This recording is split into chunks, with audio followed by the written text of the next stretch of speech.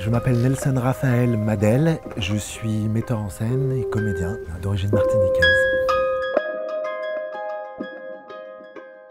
Il s'agit d'un Sud-Africain noir qui vit donc en Afrique du Sud en plein apartheid et qui est en prison parce qu'il est accusé d'avoir tué une femme blanche.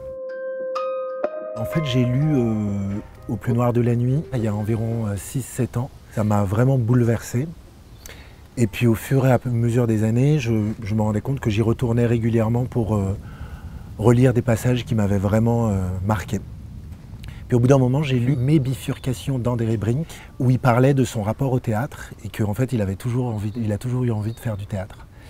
Et à partir de ce moment-là, j'ai compris que j'ai senti que cette envie que j'avais de porter ça à la scène, je me suis dit que ça avait du sens. J'ai décidé de le faire. Du coup, j'ai commencé à écrire l'adaptation. Ce qui m'a intéressé dans un premier temps, voilà, c'est de faire des choix et de me dire quelle thématique traversée dans le roman m'intéressait en particulier. C'est là que tout d'un coup, je me suis dit que je voulais aussi adapter ce roman pour la scène parce qu'il parle d'exil. Un exil géographique, aussi bien géographique qu'intérieur. Et ça, c'est une thématique qui m'intéresse depuis 2-3 créations dans mon travail. Voilà, c'était important pour moi de continuer à questionner ça sur un plateau. Dans un second temps, c'était me dire que j'allais travailler avec un chorégraphe. Ça aussi, c'est quelque chose que je fais régulièrement pour que l'adaptation se fasse aussi par le corps, par la danse, par le mouvement. Quand les mots sont plus possibles, puisque moi c'est quelque chose qui vient de mes origines et puis même de mon enfance, voilà, il y a un moment où on ne parle plus en fait et où le corps a besoin d'exprimer les choses d'une autre façon que la parole.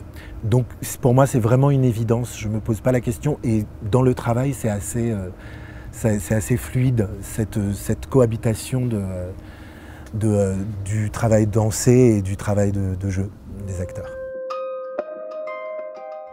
Pour moi, c'est toujours important qu'il y ait une truculence, qu'il y ait une façon d'aborder les spectacles très décalés, avec des personnages que moi souvent je dis que c'est des monstres, c'est parce qu'ils en font beaucoup.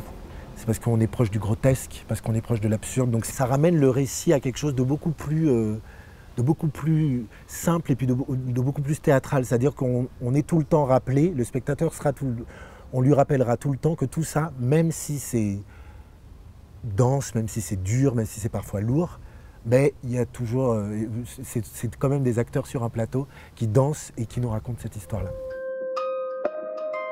Un devoir de mémoire. Donc ça, c'est de ça qu'il s'agit. En tout cas, ça c'est la première impulsion, c'est ce que j'attends, c'est ce que je veux transmettre au public, c'est cette mémoire-là. Donc évidemment cette mémoire de l'apartheid, mais plus largement cette mémoire de l'esclavage, de la ségrégation, de toute ségrégation en fait. Et puis comment toutes ces choses qui ont eu lieu, comment elles résonnent encore et comment il y a encore des séquelles dans nos sociétés aujourd'hui.